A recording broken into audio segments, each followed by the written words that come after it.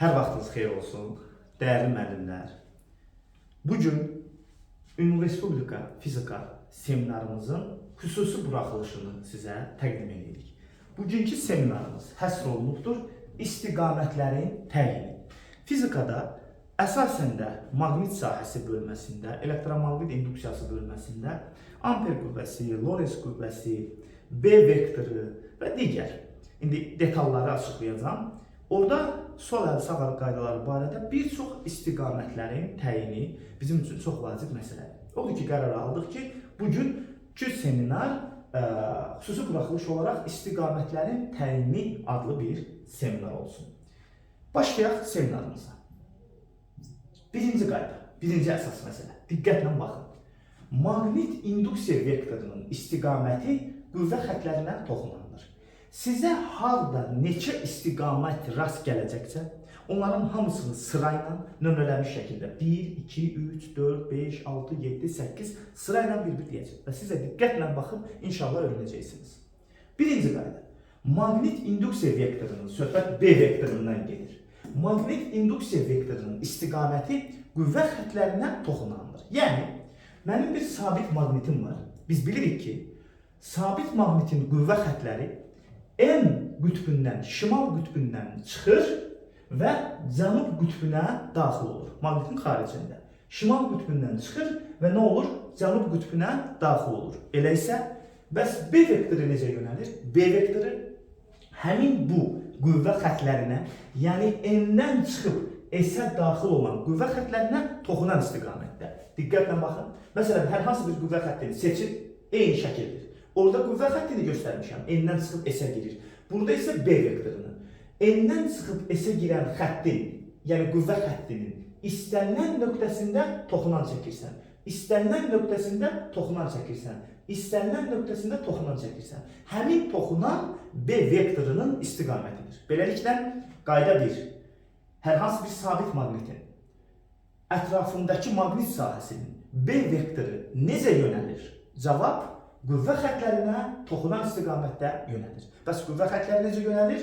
N-dən çıxır, S-ə daxil olur. B vektoru da həmin N-dən çıxıb S-ə daxil olan qüvvə xəttinə toxunan istiqamətdə yönəlir. Bu, əsas birinci qayda. İkinci qayda. Müəllim, bəs maqnit əqrəbi, kompasın maqnit əqrəbi, onun yerləşməsi haqqında, onun vəziyyəti haqqında nəyi bilməliyəm? Diqqət, diqqət. Maqnit əqrəbinin vəziyyətinə diqqət edin. Maqnit sahəsində kompasın əqrəbi, söhbət şimal qütbündən gedir, həmişə B vektorunu göstərir. Deməli, maqnit əqrəbinin şimal tərəfi, maqnit əqrəbinin şimal qütbü M həmişə B vektorunu göstərir. Deməli, belə çıxır ki, mən B vektorunu tapmışamsa, B vektorunu bilirəmsə, avtomatik olaraq B vektoru şimal qütbündən üst-üstə düşür. B vektorunu bilirəmsə, artıq maqnit əqrəbinin, kompasın yerləşməsini də bilirəm. Belə ki, kompasın şimal qütbü N həmişə B vektoru ilə eyni istiqamətdə yönələcəkdir.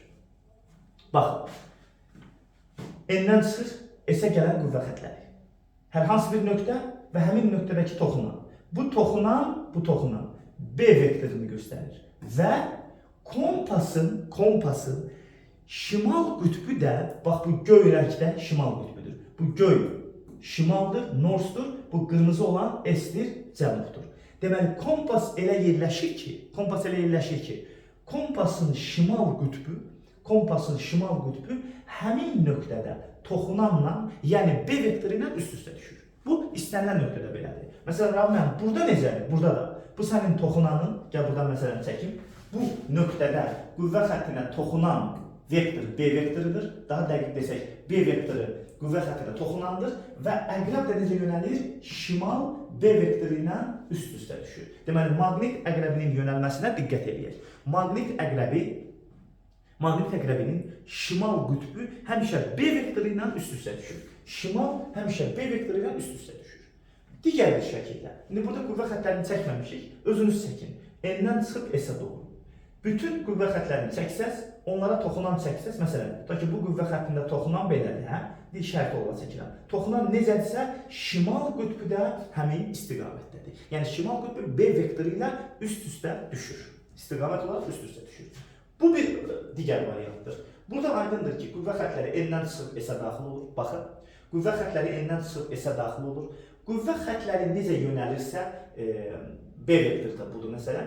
B vektoru necə yönəlirsə, şimal qütbü də elə yönəlir. Deməli, maqnit əqrəbinin şimal qütbü həmişə B vektorunu göstərir. Maqnit əqrəbinin şimal qütbü həmişə B vektoru yönələn istiqamətə yönəlir. Bəs. Üçüncü qayda. Düz naqilin maqnit sahəsinin induksiya vektoru. Siz bilirsiniz ki, təkcə sabit maqnitlər deyil, həmçinin cərəyanlı naqillər də öz ətrafında maqnit sahəsi yaradır. Cərəyanlı naqillər də öz ətrafında maqnit sahəsi yaradır. İndi sual, bu maqnit sahəsinin B vektoru hansı istiqamətdə yönəlir? Diqqət, sən birinci cərəyanın istiqamətini görməlisən, bilməlisən. Aydındır ki, cərəyan mənbənin müsbət qütbündən başlayır, mənfi qütbünə doğru axır. Bu zaman sağ əl qaydasından istifadə edəcəyik. Belə ki, sağ əlimizin baş barmağı verilən düz naqildəki cərəyanı göstərir. Yəni, Rabil müəllim, bu sualda cərəyan yuxarıdır.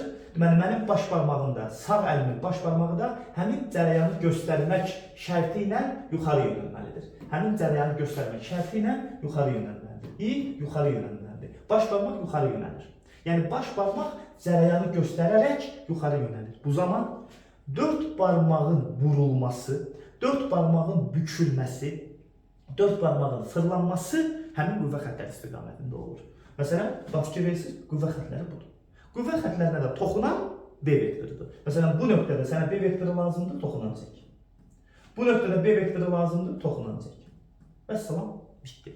Deməli, sağ əlin baş barmağı cərəyanı göstərir, sağ əlin baş barmağı cərəyanı göstərir. Sağ əlin 4 barmağının bükülməsi də B vektorunun istiqamətinə bizə yol açır. Həmin o, bu çevrələrə, bu bükülmə istiqamətinə çəkilən toxunan B vektorunu göstərmiş olur. Çəkilən toxunan B vektorunu göstərmiş olur. Bax, bu şəkildə. Eyni ilə digər bir şəkildə də tam əks istiqamətdə yaranmış hadisəni görə bilərsiniz. Dördüncü tip.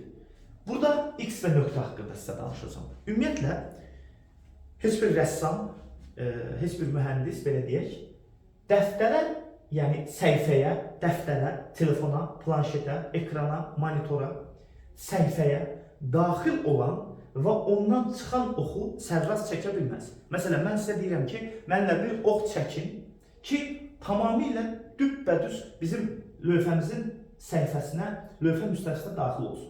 Onu bura necə çəkmək mümkündür? Mümkün deyil, yaxşı. İndi siz mənə deyin, Rabi, mən bir ox çəkin ki, lövhədən çıxıb bizə sarı gəlsin. Mən lövhədən çıxıb sizə sarı gələn bu oxu, bu vektoru, bu istiqaməti necə çəkə bilərəm? Mümkün deyil axı.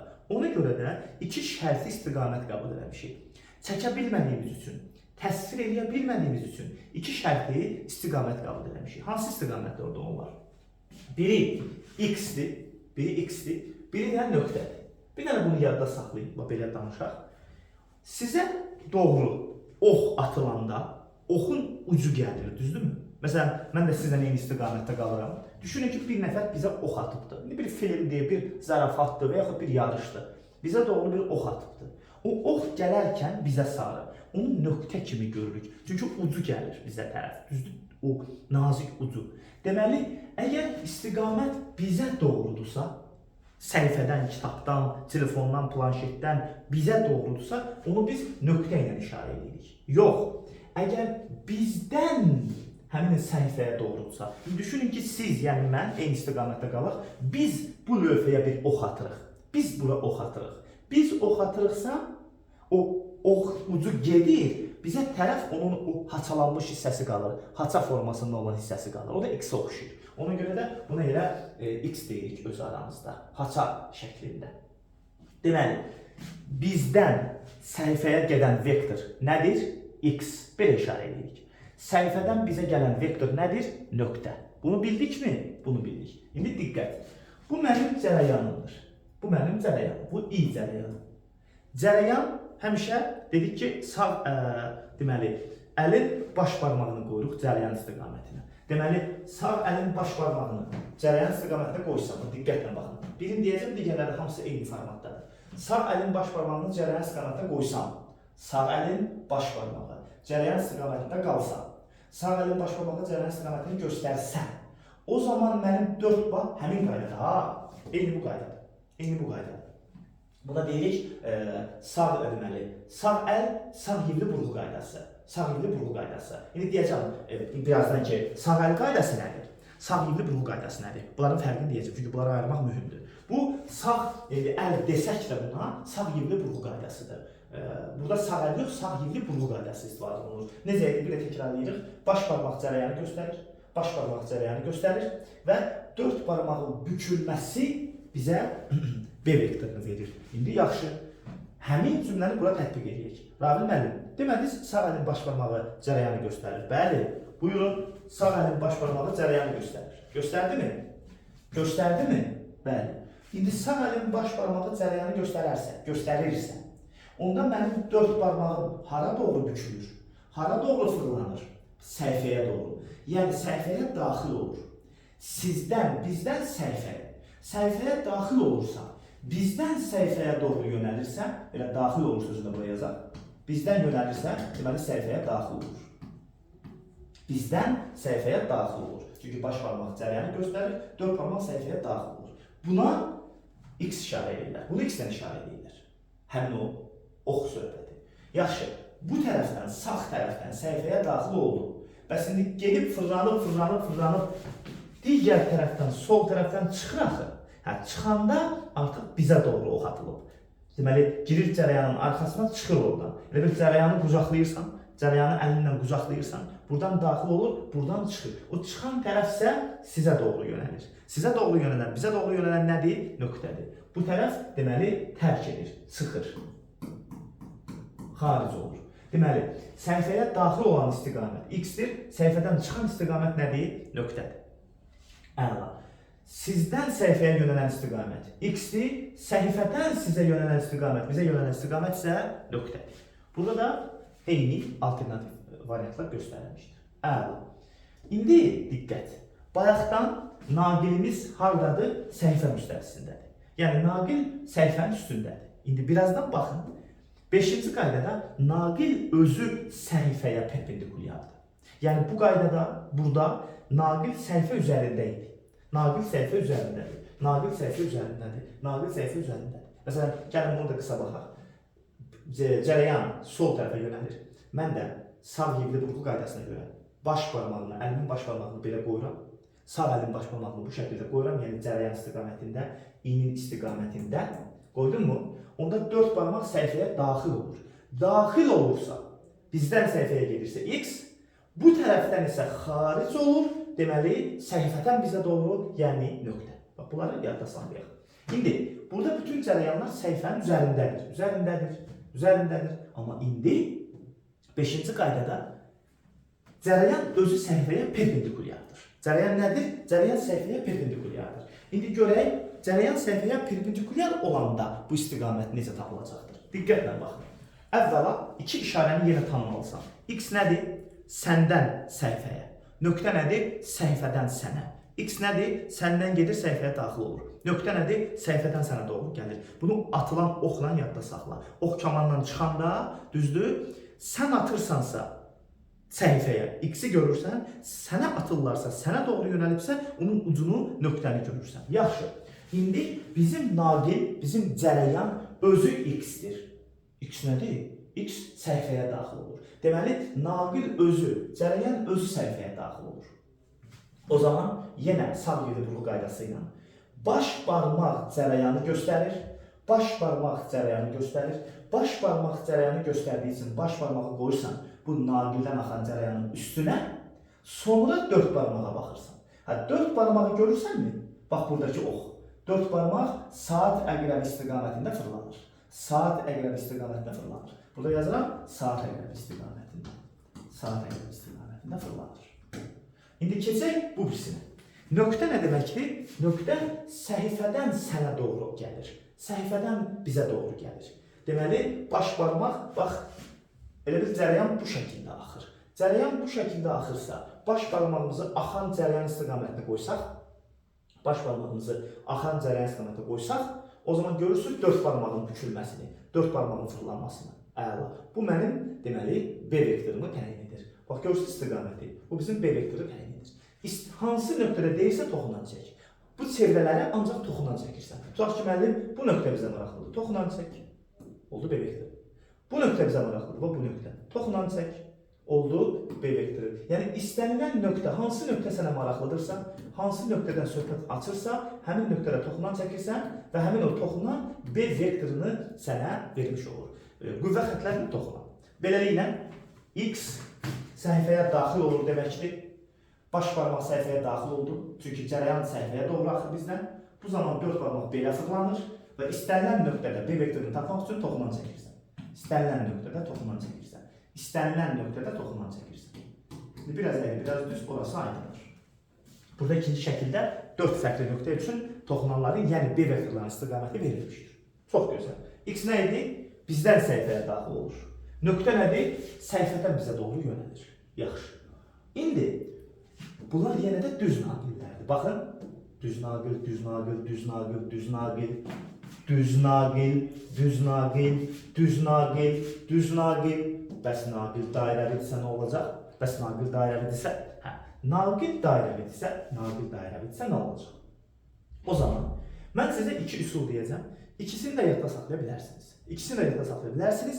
Alternativ, bərabər hüquqlu, eyni məntiqə əsaslanırlar. Birinci üsul, elə bax, burada yazılan üsul. Buna birinci üsul deyək. Birinci üsul. Deməli, hazır 4 barmaq bükülüb də, düzdür. Bunu büküncə, belə hazırdır da, bükülüb də bu. Sağ əlin 4 barmağı hazır bükülüb. Deməli, axı dairəvi cərəyandan danışıram. Dairəvi cərəyan. Deməli, cərəyan özü dairəvidir. Deməli, cərəyan sanki bükülüb. Elə mənim 4 barmağım da bükülüb də.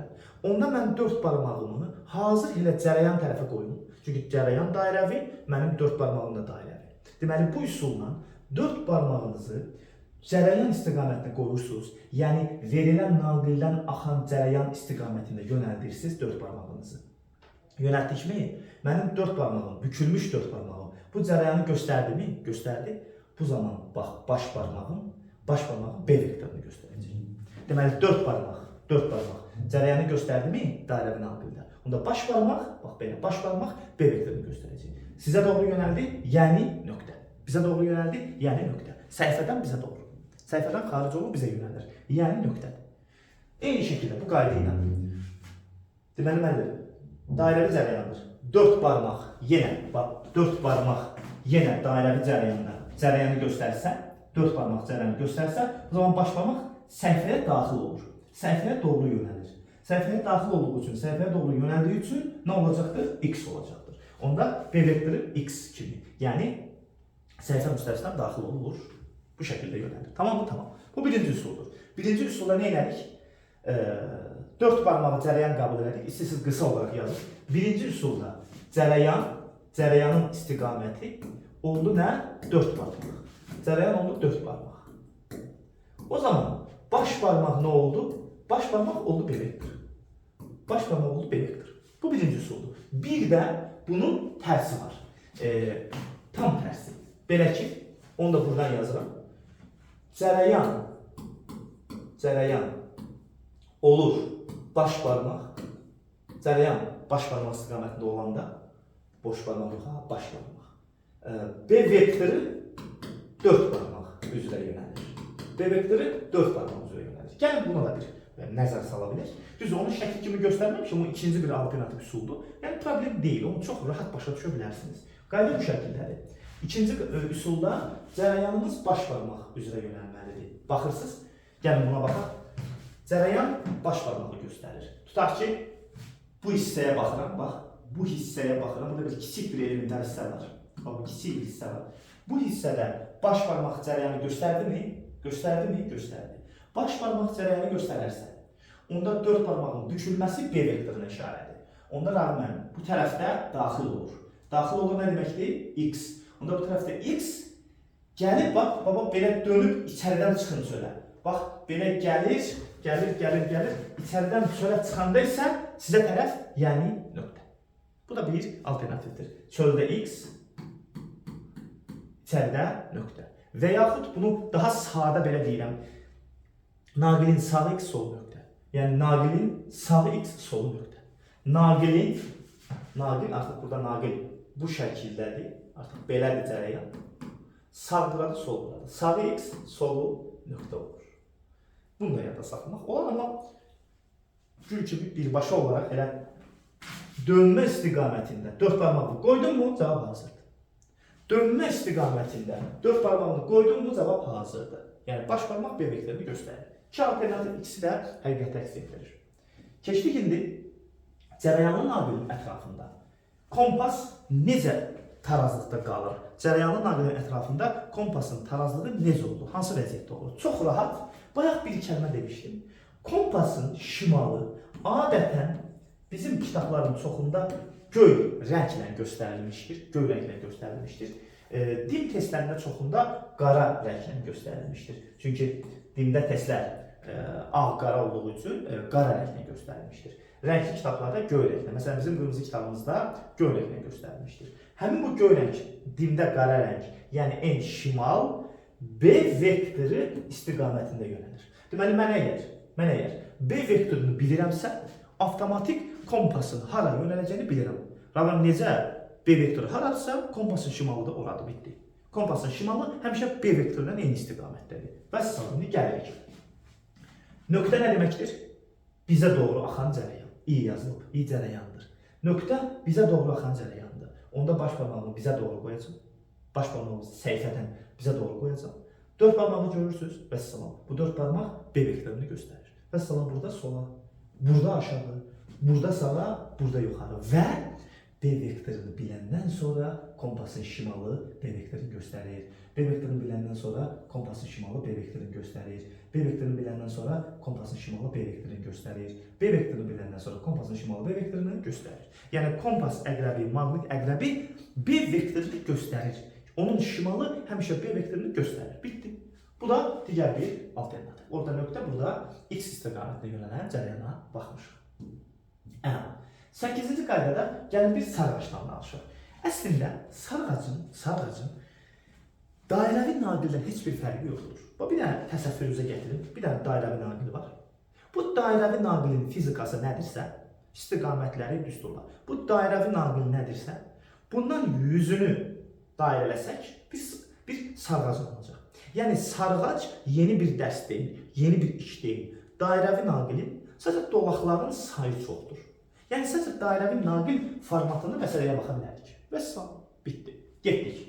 Deməli, mən tapmaq istəyirəm ki, cərəyanlı sarğacın ətrafındakı maqnit sahəsinin B vektoru necə yönəlir? Bunun üçün bayaq nə dedik? Dedik ki, 4 barmaq elə hazır cərəyandır. Və salonda. 4 barmaq hazır cərəyandırsa, tez bükürsən 4 barmağı. 4 barmağı cərəyan tərəfə bükdünmü, baş barmaq B vektorunu göstərəcək. Sağ indi vurğu qaydası.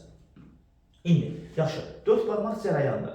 Məsələn, mənbə verir, buranı müsbət verir, cərəyan mənbəyi müsbət qütbü, buranı mənfi verir.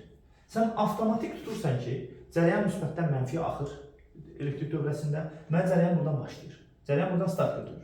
Start götürür, gedir və belə axır. Sən burada düzgün şəkildə cərəyanın istiqamətini görməlisən. Düzgün şəkildə cərəyanın istiqamətini görməlisən və s. Cərəyanın istiqaməti şəkildə göründü. Elə bir müsbətdən getdi, girdi sarğacın altından çıxdı və üstündən aşağıya doğru axdı. İndi diqqət. 4 barmaq sarğacdakı cərəyanın istiqamətini göstərərkən 4 barmaq, bu 4 barmağı görürsünüzmü? Sarğacdakı cərəyanın istiqamətini göstərərkən, bu 4 barmaq bu cərəyanı göstərərkən baş barmaq B vektorunu göstərir. Onda B vektoru bax buradakı oxlardır. B vektoru bax buradakı oxlardır. Belə ki, 4 barmaq cərəyanı göstərərkən baş barmaq sağa doğru olur və B vektoru deməli sağa doğru yönəlir. Yəni sarğacın daxilindəki maqnit sahəsinin B vektoru sağa doğru yönəlmişdir. Burada da tam tərsi. 4 barmaq burada yuxarıdır. Onda 4 barmağı yuxarı qoyursan, ya buradakı kimi Fərq etməz abi, mahiyyəti eynidir. Əsas odur ki, bu cərəyan haradırsa, bu sarğacdan keçən cərəyan hansı istiqamətdədirsə, dörd barmaq da həmin istiqamətdə olsun. Ya bu şəkildəki kimi qoyursunuz, belə, yenə baş barmaq sağa olur, belə, dörd barmaq bunu göstərərkən baş barmaq sağa olur, yəni B vektoru sağadır, üzr istəyirəm, soladır, baş barmaq sola olur, B vektoru sol tərəfə yönəlir, ya da mən deyən kimi verə bilərsiniz, belə. Zaten bu eyni şeydir də, buradan çıxıb buradan gəlir. Belə də qoya bilsəz, dörd barmağınızı, baş barmaq yenə sola olacaqdır. Bir sözlə B vektoru sola yönəlmişdir. Bu da bizim sarğac məsələləri. Sarğac dairəvi naqilə eynidir. Dörd barmaq cərəyanı göstərərkən, baş barmaq avtomatik olaraq nəyi göstərir? B vektorunu göstərir.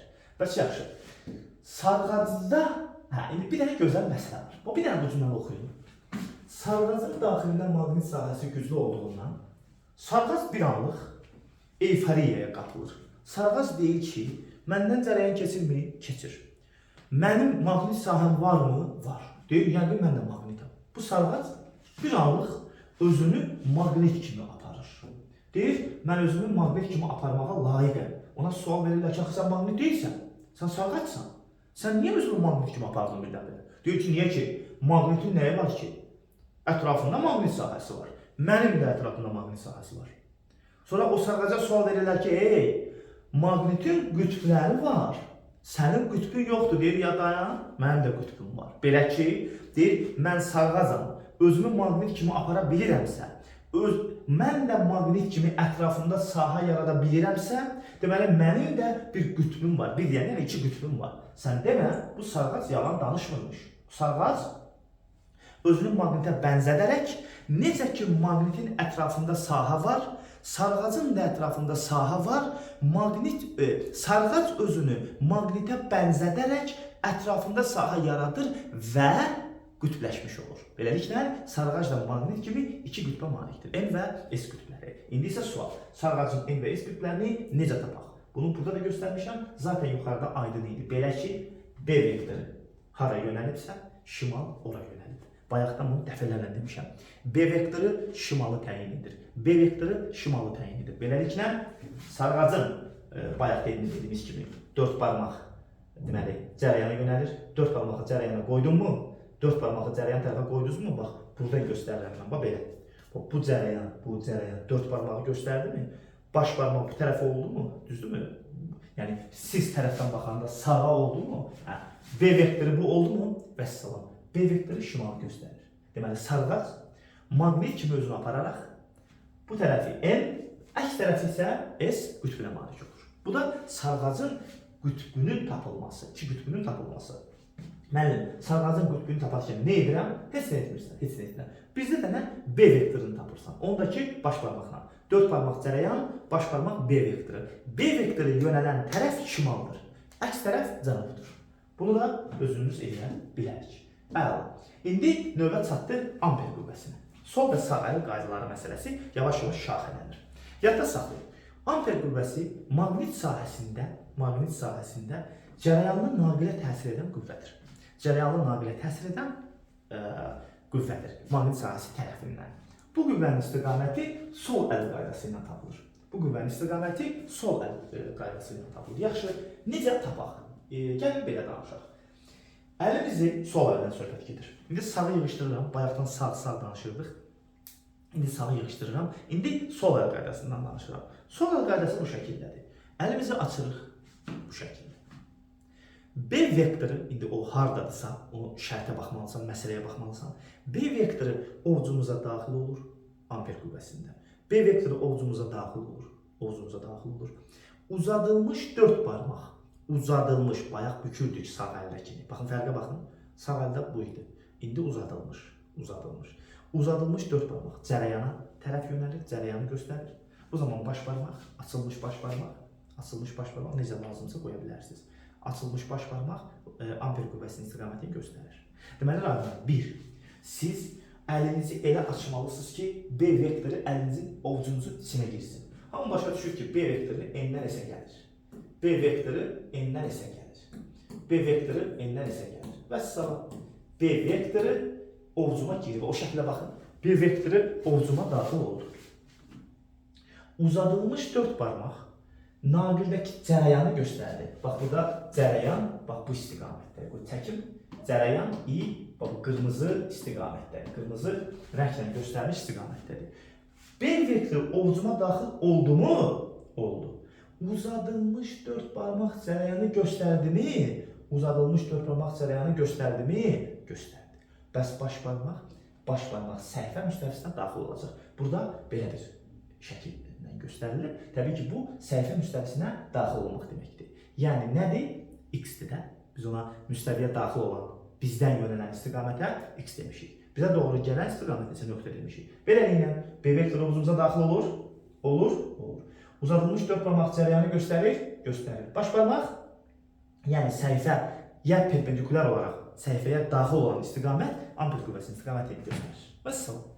İndi isə müxtəlif imtahanlarda, müxtəlif testlərdə qabağımıza çıxa bilən müxtəlif şəkilləri analiz edək. Bunlar hər biri amper qüvvəsinin tapılmasına aiddir. Üstlərində nömrələyirəm, qoy, necə deyərlər, qarışdırmayaq.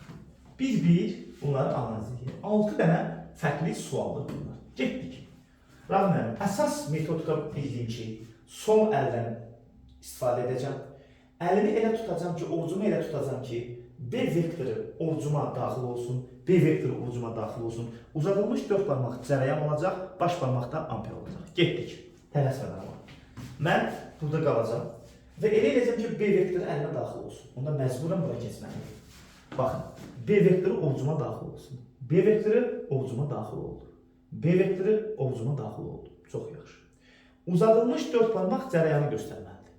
Cərəyan burada görünür ki, aşağıdır. Cərəyan aşağıdır. Onda mən B vektoru ovucuma daxil oldu. Gözəl. Əlimi belə qoya bilməliyim. Elə eləməliyəm ki, 4 barmaq cərəyanı aşağını göstərsin. Onda belə yox, belə. Deməli, B vektoru ovucuma daxil oldu mu? B vektoru ovucuma daxil oldu mu? Belə qoymusunuz, baxın. B vektorundan burada qalanda belə bir bu istiqamətdə. B vektoru ovucuma daxil oldu mu? Oldu. 4 barmaq cərəyanı göstərdi mi? Göstərdi. Onda baş barmaq sizə doğru olacaqdır. Beləliklə, amper şəkildən bizə, yəni sizə doğru yönəlir. Biz deyəndə, mən də siz tərəfdə qalanda şəkildən bizlərə doğru, bizə tərəf yönəlir. İndi keçək ikinci şəklə. Yenə, ovucu elə qoy ki, B vektoru ovucuma daxil olsun. B vektoru ovucumuza daxil oldu. B vektoru ovucumuza daxil oldu. Nə yaxşı, nə gözəl. B vektoru daxil oldu mu ovucumuza? Oldu. Oldu. Oldu. Sonra. Uzadılmış 4 barmaq cərəyanı göstərdi mi? Uzadılmış 4 barmaq cərəyanı göstərdi. B vektoru ovucumuza daxil oldu? Oldu. 4 barmaq cərəyanı göstərdi? Göstərdi. Bəs baş barmaq gizlətmişəm. Bəs baş barmaq səhifə müstəvisinə daxil oldu. Baş barmaq səhifə müstəvisinə daxil oldu. Baxın, B vektoru ovucuma daxil oldu. Uzadılmış 4 barmaq cərəyanı göstərdi. Baş barmaq bu şəkildə. Yəni səhifə müstəvisinə daxil oldu. Yəni bizdən şəklə doğru yönəldi. Bu nöqtədir. Yox, bizdən şəklə X-dir. Bu X-dir. Burada isə bir də baxın, B ovucuma daxil oldu. Uzadılmış 4 barmaq cərəyanı göstərdi. Baş barmaq sizə doğru. Bu isə nöqtə. F amper burada nöqtə şəklindədir. Burada isə F amper X istiqamətində. İndi gəlin 3-cü sual. Yenə B vektoru ovucuma daxil olmalıdır. Əlimi buradan tutmalıyam. Uzadılmış 4 barmaq cərəyanı göstərməlidir. Aha, diqqət. Hanı cərəyan? Cərəyan yoxdur ki, var. Cərəyan özü budur. Yəni cərəyanın özü X-dir. X nə idi? Səhifəyə daxil olur. Onda cərəyan özü səhifəyə daxil olur. İndi gör, mən 4 barmağımı elə tutmalıyam ki, mənim 4 barmağım səhifəyə daxil olsun. Yəni cərəyanı göstərsin. O zaman yoldaşlar, B vektoru ovucuma daxil olur. Mən əlimi belə qoymalıyam ki, B vektoru ovucuma daxil olanda 4 barmaq da X, yəni səhifəyə daxil olsun. 4 barmaq səhifəyə daxil oldu mu? Baxın, B vektoru ovucuma daxil oldu mu? Oldu.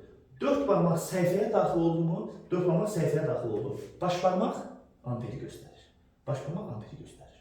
B vektoru ovucuma daxil oldu. Uzadılmış 4 barmaq I, yəni cərəyanı göstərdi, yəni səhifəyə perpendikulyar girdi. O zaman baş barmaq nəyi göstərir? Amperi göstərir. Sağa doğru olacaqdır. Bu suala keçək. B vektoru ovucuma daxil olmalıdır. əlimi belə qoymalıyım ki, ovuzuma daxil olsun. Ovuz yəni burada əlimin içi var, dörd barmaqlarımın arası bura. Ovuzumuz. Dörd barmaq B vektoru ovuzumuza daxil oldu. Qoy olsun. Bəs mənim cərəyan hanı? Cərəyan burada i. Cərəyan nöqtədir. Nöqtə bizə doğru gəlir. Deməli mən əlimi belə yerləşdirməliyəm ki, B vektoru əlinə daxil olsun, ovuzuma daxil olsun. Dörd barmağı da belə qoymalıyam. Niyə mənim dörd barmağı belə qoyursunuz? Çünki cərəyan i'dir. Cərəyan nöqtədir. Nöqtə sizə gəlir, bizə gəlir. Onda dörd barmağınız bizə doğru yönəlməlidir. Onda baş barmaq düppədüz yuxarı yönəlir. Amper qüvvəsi yuxarı yönəlir. Bir də göstərək. B vektoru ovuzumuza daxil oldu. B vektoru ovuzumuza daxil oldu. Oldu mu daxil? Oldu. Dörd barmaq cərəyanı göstərdi mi? Dörd barmaq cərəyanı göstərdi mi? Göstərdi. Baş barmaq yuxarı. Baş barmaq yuxarı. Yəni amper qüvvəsi yuxarı yönəlir. Yaxşı, bu dörd barmağı niyə sizə tərəf qoydum? Çünki cərəyan nöqtədir. Nöqtə nədir? Sizə doğru yönəlir. Burada dörd barmağı niyə içəri salmışdım? Bir də bunu eləyək üçün. Deməli, ovuzumuza daxil oldu. Çox gözəl. Dörd barmaq, belə qalaq. Dörd barmaq belə yönəlməlidir səhifənin içinə doğru. Niyə səhifənin üstərisində pürgücüklər olaraq içəri girir? Çünki X səhifəyə daxil olur. Onda dörd barmağımız da daxil olmalıdır, baş barmaq sağ. Bir-birinə alternativ suallar. Gələk 5-ci vaxtımız. 5-cidə, indi baxın, burada nöqtənin yanında i yazılıb. Yəni bu cərəyandır. Burada nöqtənin yanında b yazılıb. Yəni bu maqnit vektorudur, induksiya vektorudur. Düzdürmü? Bir dənə zəhmət olsun, 2 saniyə. 4 və 5-in fərqinə baxın.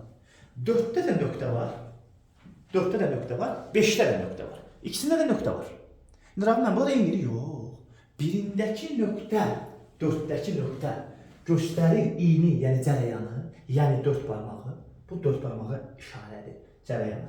Burada isə nöqtə göstərir B vektoru. Deməli, eyni şey deyil. Vəssalam. İndi, sizcə burada B vektoru necə yönəlib? B vektoru konkret necə yönəlib? B vektoru sizə doğru yönəlib. Doğrudurmu? B vektoru sizə doğru yönəlib. Sizə doğru gəlir. Əla. B vektoru sizə doğru gəlir. Əla. Onda əlinizi belə tutmalısınız ki, gələn B vektorunu qarşılayasınız ovuzunuza gəlin. Yəni B vektoru sizə doğru, B vektoru bizə doğru gəldiyi üçün biz eyni tərəfdəyik də, lövhəyə nəzərən hamımız eyni tərəfdəyik.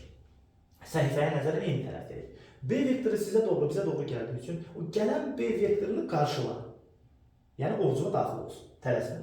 Qarşıladım mənim B vektoru ovuzuma daxil oldu. Bax, gələn B vektoru ovuzuma daxil oldu. Sonra uzadılmış dörd barmaq cərəyanı göstərsin. Uzadılmış dörd barmaq cərəyanı göstərdi və bu zaman baş barmaq nəyə göstərdi? Amperi. Yəni sağa doğru yönəlmişdir. Amper qüvvəsi. Burada da eyni məsələ. İndi X nə deməkdir?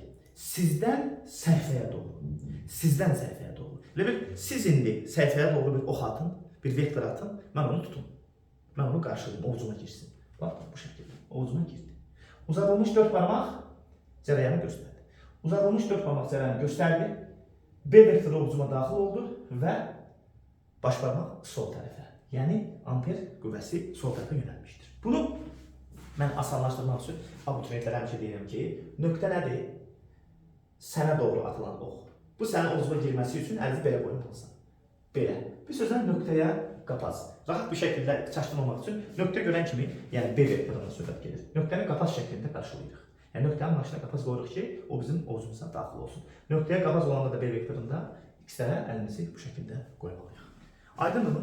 Bu bizim amper qüvvəsinin istiqamətinin təyin olunması. İndi amper qüvvəsindən bağlı bir neçə maraqlı məqam var. Bir neçə maraqlı incəliklər var. Gəlin onları araşdıraq. Biz hər hansı bir naqili maqnitin qütblərinin arasında yerləşdirmişik. Hər hansı bir naqili maqnitin qütblərinin arasında yerləşdirmişik. İki dənə maqnit qütbüdür, bax bu şəkildə. İki maqnit qütbüdür. Bir naqil onların arasında yerləşir. Sual verir ki, həmin o iki maqnit qütbünün arasında yerləşən naqilə, cərəyanın naqili təbii ki, cərəyanın naqilindən söhbət gedir. Cərəyan yoxdursa, amper qüvvəsi də yoxdur. Bu naqilə təsir edən amper qüvvəsi istiqamətini təyin edin. Getdik. Bir, B vektoru hanı? N-dən S-ə yönəlir. Gözəl. Ovcumun içini elə tut, sol əlini elə tut ki, B vektoru əlinə daxil olsun. Sol əl, sol, sağ yox. Onda B vektoru ovcuma daxil oldu. Uzadılmış dörd barmaq, cərəyanın istiqaməti göstərilərdir. X-dir. X nə deməkdir? Səhifəyə daxil olur. Onda sənin dörd barmağın da səhifəyə daxil olmalıdır. B vektoru ovcuma girdi mi? Ovcuma girdi mi? B vektoru girdi. Dörd barmaq cərəyanın istiqamətini göstərdimi, yəni səhifəyə daxil oldu mu? Oldu. Bunda baş barmaq aşağı. Beləliklə, bu şəkildə amper qüvvəsi aşağı yönəlmişdir. Bunu da müstəqil eləyin. Mən 3 saniyə, 4 saniyə gözləyirəm. Müstəqil eləyin. Sonra mən göstərirəm. Bir neçə saniyə bunu tək başına eləyin. Görün, sol əllə amperin yuxarı olduğunu görə bilirsinizmi, görə bilmirsinizmi? Tələsmədən eləyək. Məncə rahat şəkildə görə bilərsiniz. Belə ki, mən keçirəm bura. B vektorunu qarşılayıram. B vektoru ovucuma girir. 4 barmaq cərəyanı göstərməlidir. Cərəyan x-dir. X nə deməkdir? X o deməkdir ki, səhifəyə daxil olur. Deməli, 4 barmaq səhifəyə daxil olur. B vektoru ovucuma girir və baş barmaq yuxarı yönəlir. Yəni, amper qüvvəsi yuxarı yönəlməlidir. Və bir də maraqlı bir nöqtə var müəllimlər. Çərçivə. Bu naqildir. Buna dedik naqil. Sadəcə bir düz xətli naqil. Düz naqil. İndi çərçivədə nə baş verir? Bəs maqnetin qütbləri arasında yerləşən çərçivəyə nə təsir edir? Təbii ki, amper qüvvəsi təsir edir. Necə təsir edir? Hansı istiqamətə təsir edir? Bu gözəl bir detaldır. Burada diqqətli olaq. Yadda saxlayın müəllimlər.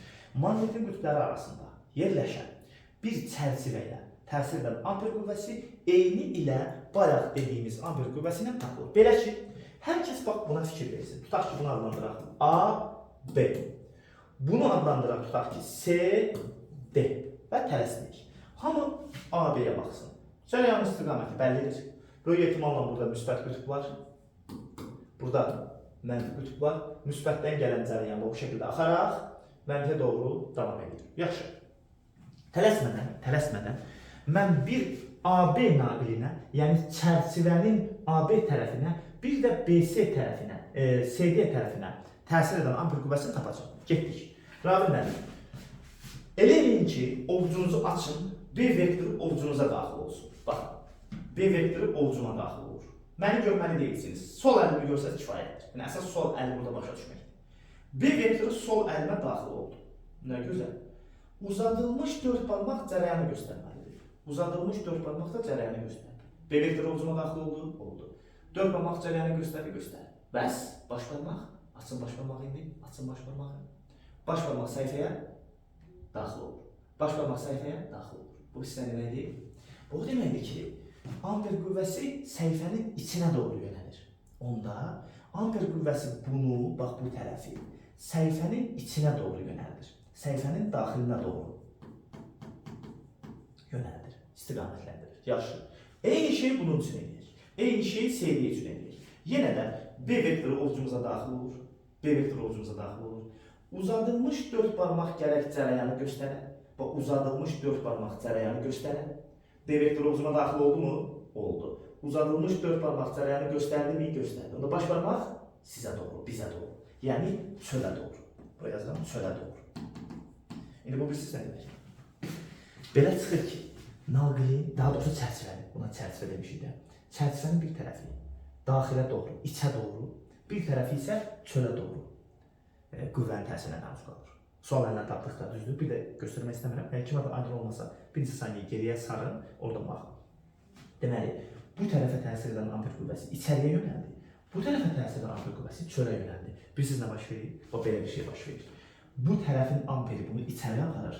Bu tərəfin amperi onu çölə çəkir. Beləliklə, baba, belə bir şey baş verir. Elə bir sanki, məsələn deyək,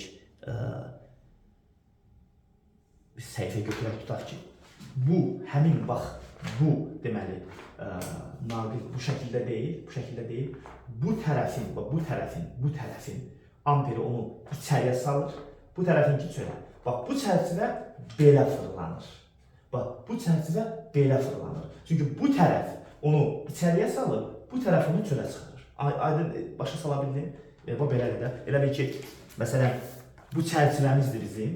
Bu çərçivəmizin bu tərəfi içəri daxil olur, bu tərəfi çölə çıxır. Bax, bu şəkildə. Bax, bu şəkildə. Bir tərəf səhifənin içinə doğru, bir tərəf səhifədən çölə doğru.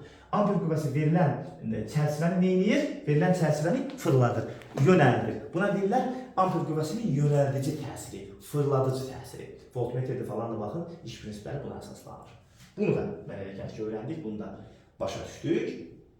Bəs yaxşı müəllimlər. Amper qüvvəsinin istiqaməti sol əlindən tapılır. Bəs gəlin bu şəklə baxaq. Birinci şəklə baxaq. Buyurun. 2 saniyə baxın. Tamam. sol əl qaydası ilə ampul qüvvəsinin istiqamətini tapın. Çalışıq tapaq. Görək. Deməli, əlimi açıram. B vektoru ovucuma daxil olur. Aha. Uzadılmış 4 barmaqda cərəyan. Ay Allah, mən necəyim?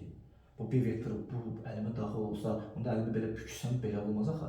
Rəğm mən belə qoymaz. Çünki B vektoru onun əlimə gəlməz. Əgər 4 barmaq cərəyanı göstərsə, onda alınmır. Bu əl belə belə olar. B vektoru girirsə əlimə, ovucuma. B vektoru ovucuma daxil olur, 4 barmaq belə alınmır. Yox, burada nəsə səhv var. Səhv yoxdur. Burada ampul qüvvəsi sıfırdır. Çünki cərəyanlı naqil B vektoruna paralel yerləşir. Əgər naqil B vektoruna paralel yerləşərsə, ona təsir edən ampul qüvvəsi sıfırdır. Və bu şəkillərdə olduğu kimi, məsələn, B vektoruna baxın, X, yəni səhifəyə daxil olur. Cərəyana baxın, X, o da səhifəyə daxil olur. Həm B vektoru səhifəyə daxil olur, həm cərəyan özü səhifəyə daxil olur. Nədir bu? İkisi də səhifəyə doğru yönəlir, bir-birinə paraleldir. Bir-birinə paralelsə deməli, ampul sıfırdır. Ampul qüvvəsi sıfırdır. Sən onu necə təyin edə bilərsən? Sıfırı, yəni olmayan bir şeyi necə təyin edə bilərsən sol əlinə? Təyin edə bilməzsən. Ona görə də ampul qüvvəsi sıfır olduğu üçün sol əl qaydası bu şəkillərə tətbiq oluna bilmir. Çünki bu şəkillərdə ampul qüvvəsi sıfırdır. Səbəb də odur ki, naqil maqnit sahəsinə, naqil B vektoruna paraleldir. Belə hallarda ampul qüvvəsi sıfıra bərabərdir. Tamam mı müəllimlər? Başa düşdükmü? Anladıqmı? Nə gözəl, nə qəşəng. Beləliklə, birinci xüsusi buraxılışımızın birinci seriyası sona çatdı. Bundan sonra iki buraxılış var. Biri Lorentz qüvvəsi və zərrəciklərin yükü və trayektoriyası barədədir. Biri də elektromagnet induksiyası barədədir. Bu üç seminardan, üç xüsusi buraxılışdan sonra sol əl, sağ əl istiqamətlər barədə heç bir probleminiz uca Allahın izni ilə qalmayacaq. Görüşək. Çalışın, videonu paylaşın, dostlarınızla, yoldaşlarınızla paylaşın və qısa müddət ərzində baxın.